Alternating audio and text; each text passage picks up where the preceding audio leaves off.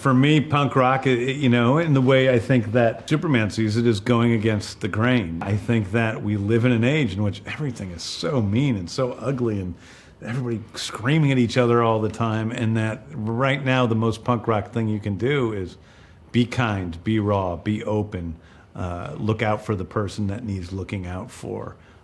Be unapologetically earnest. I think those are the things that are the most rebellious that you can do today. Hey, buddy, eyes up here.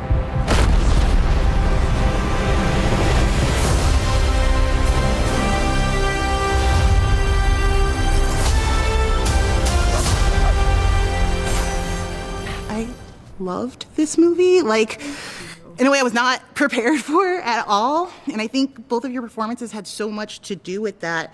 I know this is your first at this level ginormous franchise that you guys have done. How are you guys able to help each other as co-stars get through this process? I'm so glad you brought that up, because when I think about the beginning of the process, especially sort of before we had gotten into pre-production costume fittings and all that, my first grounding presence was Rachel, and we not only in the screen test, which wasn't so grounding because it was so quick and we didn't know where we were. Yeah, but once we had the roles and we got breakfast in New York, and it was supposed to be sort of a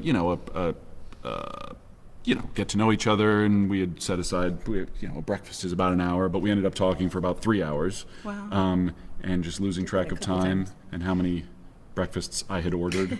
So many breakfasts. And we talked a lot about the film and what we were getting ready for, but we also just talked about Rachel's had some experience with a project that has a lot of attention and has great fans, and so I was asking her some questions about maybe her experience there and what we might have to expect, and that has carried through to this moment where she's my rock in these interviews. Your emotional support animal? Well, no, I said Nick was my emotional support actor on Kimmel, so we got to come up with something else. Sorry, for you. I didn't see your interview that you did with Nick.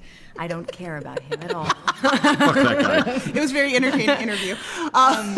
Yeah, no, this is beyond anything that either of us has experienced, and it's just been, I know I keep turning to you at so many of these premieres and being like, are you seeing this? Yeah. Because it's been the warmest welcome, and we feel so lucky. I feel so lucky to be a part of this cast, but also to have you as we'll come up with another name, as sort of a grounding force in all this. David has this remarkable ability to stand with both feet planted firmly on the ground and shut out all the noise, and I think that's the only way to do something like this, and then to be able to be in situations like this, one-on-one, and hear and really experience people who have enjoyed this film. I love that your friendship really resonates throughout the film. Oh, we're not friends. No, we just work together. Just coworkers, please. We're just here for each other when we need to Pump be. the brakes. I love it.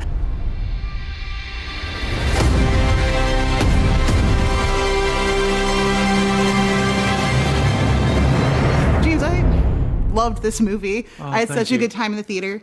I brought my brother, who's my best friend and my creative partner. Oh my God.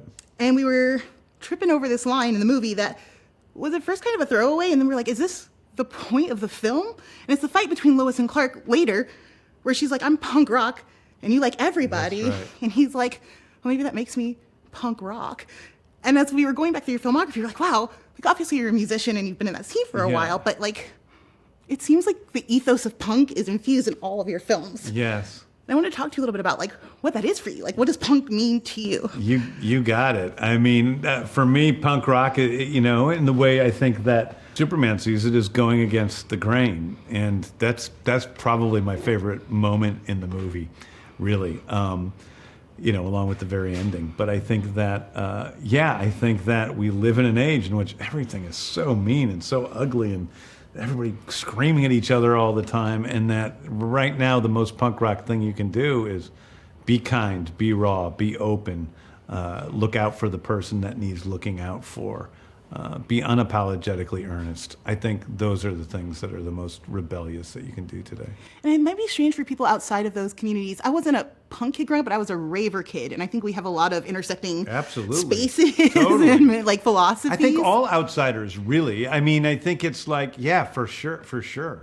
And I think it was mind-blowing, because I always think of Superman, I'm very much on the side Superman's a square, he's such a goody-goody Boy Scout, So to infuse this real like historic essence of Superman with a punk rock like Yeah. I won't say manifesto might be too broad, but like energy. I was totally blown away. And I know you said you had some difficulty when you were writing the script trying to like get to the point. Is that sort of the thing that busted it open for you? No, it wasn't. I think that, but I mean, I think what you're saying about him being a square and a goody-goody is what's punk rock about him. Because he is those things. He is Pollyanna. He is old-fashioned. And aren't we a little thirsty for people like that? Didn't it seem like there used to be people like that? And there aren't anymore? They're gone? Totally. They've all become mean. So it's like, I think that's it. But I think that, no, I mean, the dog is what broke it open for me. I think that the emotion is, I really start with sort of oftentimes it's visual, oftentimes it's a story point. It was also the idea of him with blood in his mouth and seeing Superman in a space that we haven't seen him before. And oftentimes I just follow the story, like when I'm figuring things out, and it leads me to places I didn't expect to go. And that stuff is one of them, that emotional aspect of who he is and what he represents, I think is and how I can relate to Superman is that. You all have been in different IP properties throughout your career. Most of you have played a hero or villain of some kind. And I think when we think about big IP, we know that it's challenging for artists to bring themselves or their craft to it because it's committees and lots of money and stuff. But the thing I hear throughout this junket is how much James has been collaborative. And I was wondering if you could all tell me something that you collaborated with James or brought to your character that you were really proud of made it to screen. The bowl cut. Yeah, there was talk of a different haircut for Guy. There was talk of more of a He-Man kind of a look, more of almost a mullety kind of thing. But I was team bowl cut the whole way. It's canon. It's canon. Right. You never mistake when you're looking at Guy. I have a question. Yes.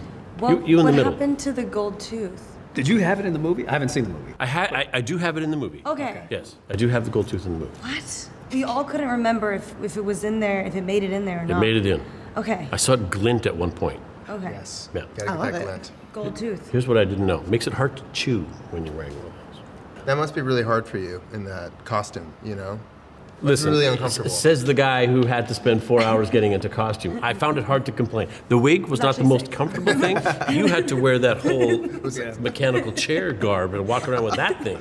I had nothing but sympathy for you guys, both of you. I think you got away with the most.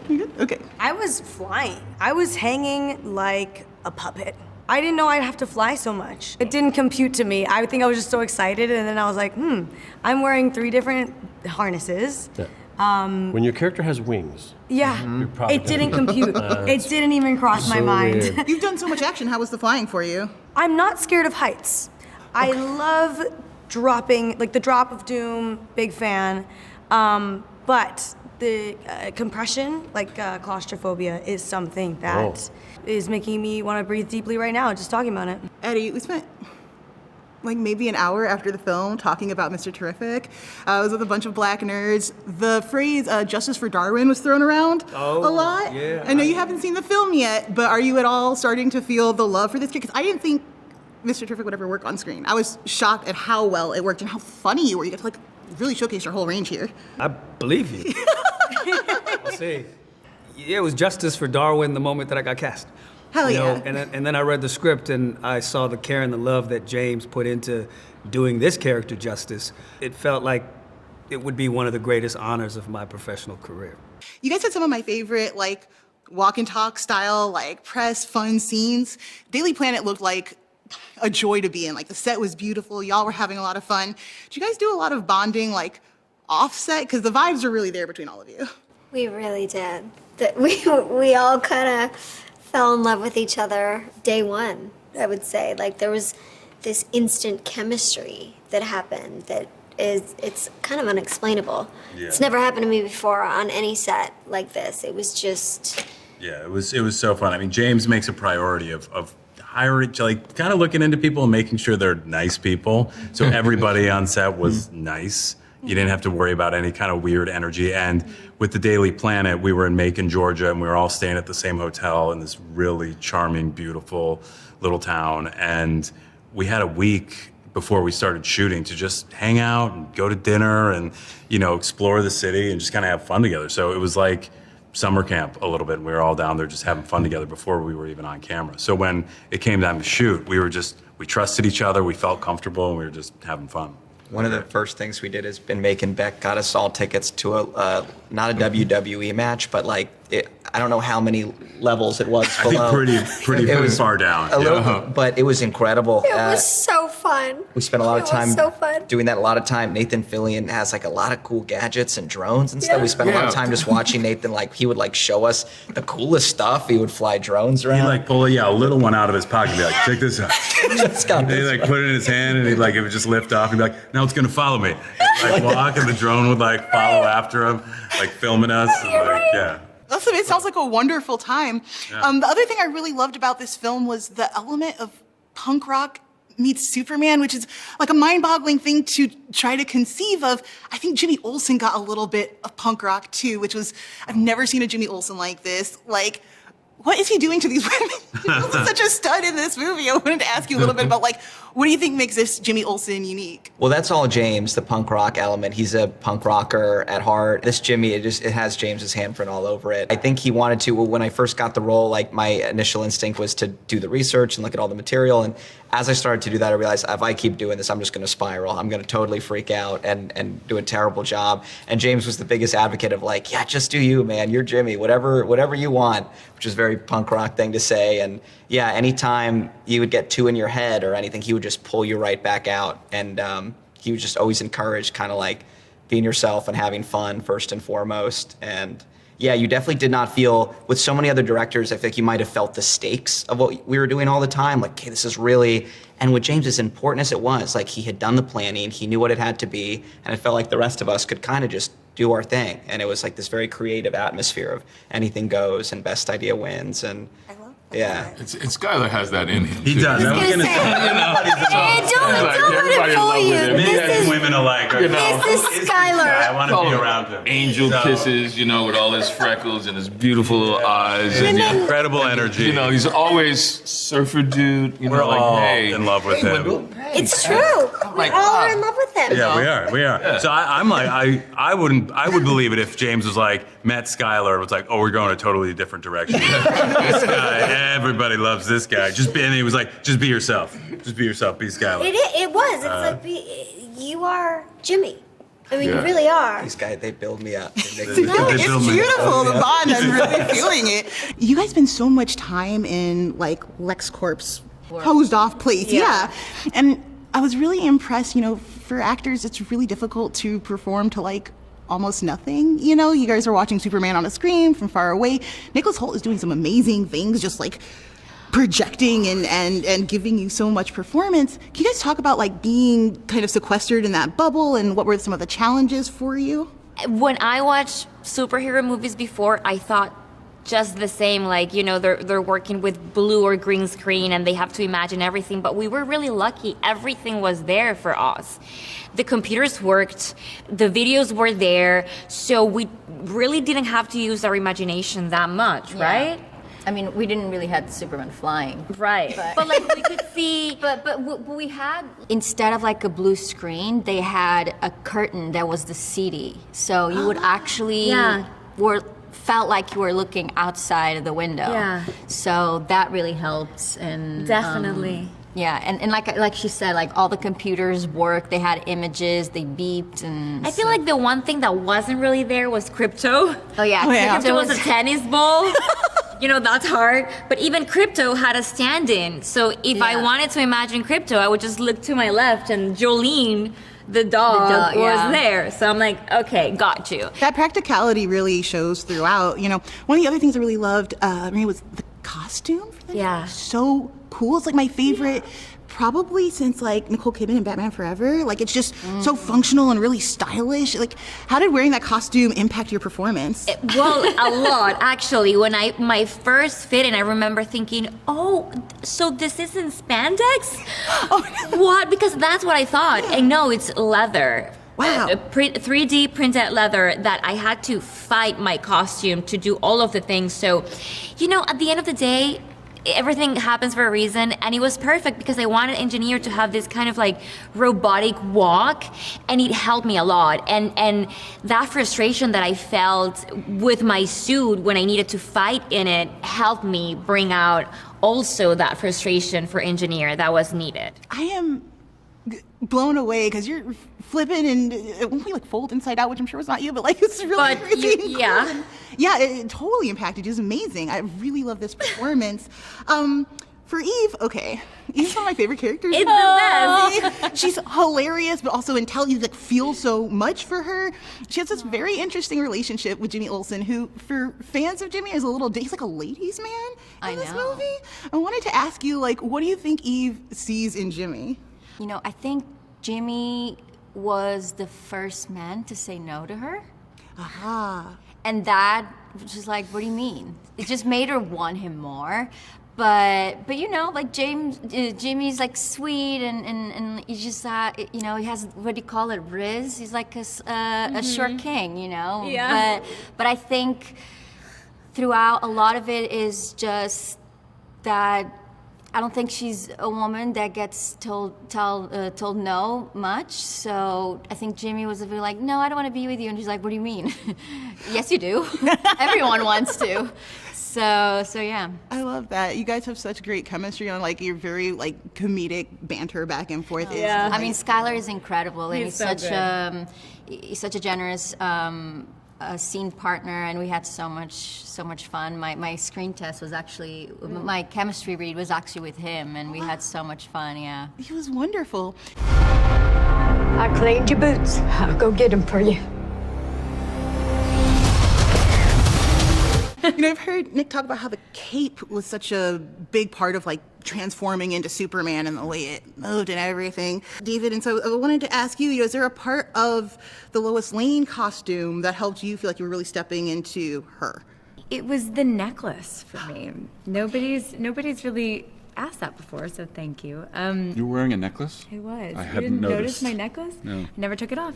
There's a necklace that Lois wears, and the costume designer Juliana and I spent quite a bit of time picking out what was on it. I'm keeping that to myself, but for me, the necklace kind of pulled it all together. I'm gonna have to really pay more attention the next time I watch. That's a really fun detail.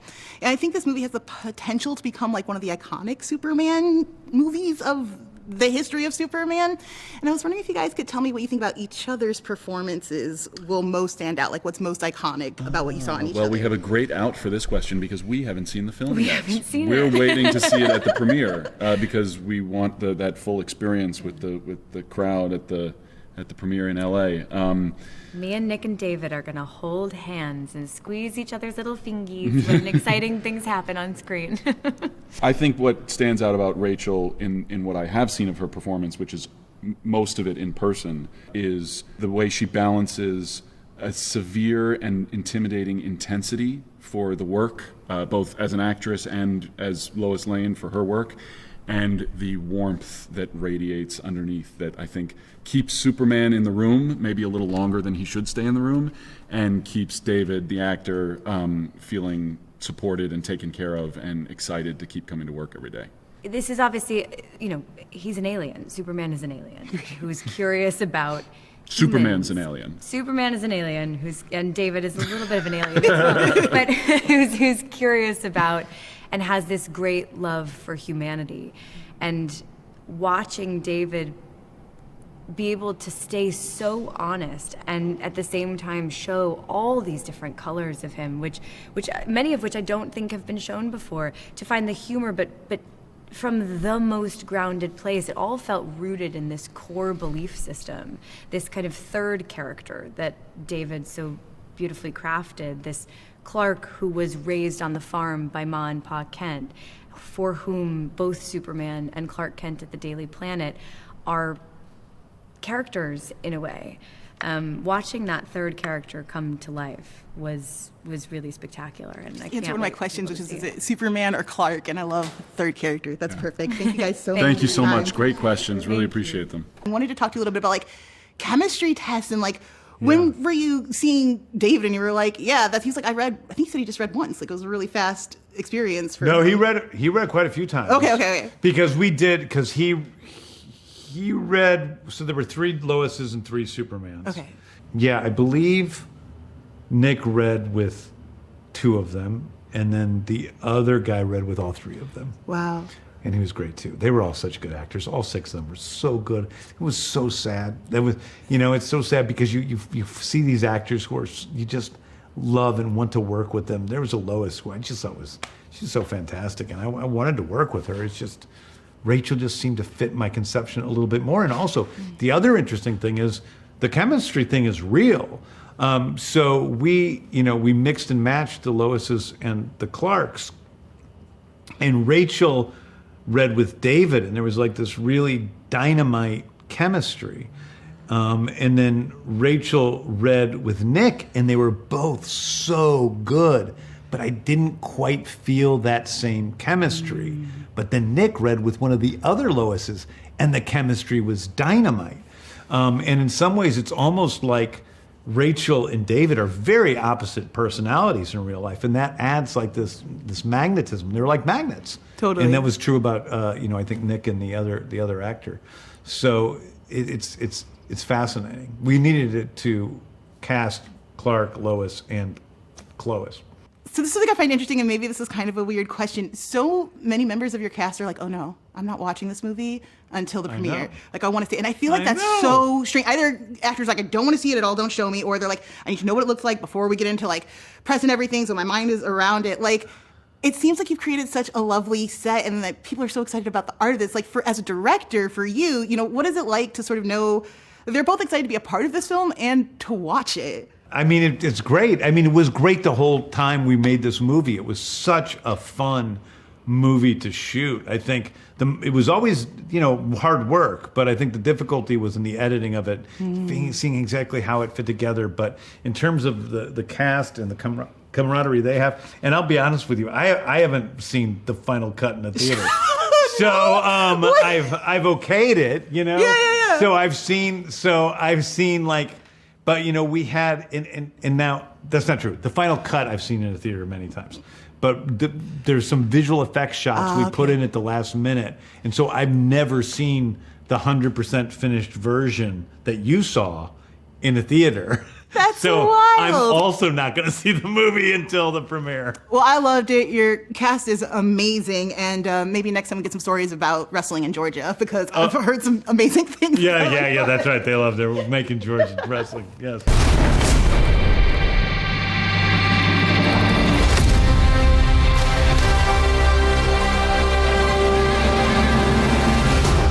You have a dog?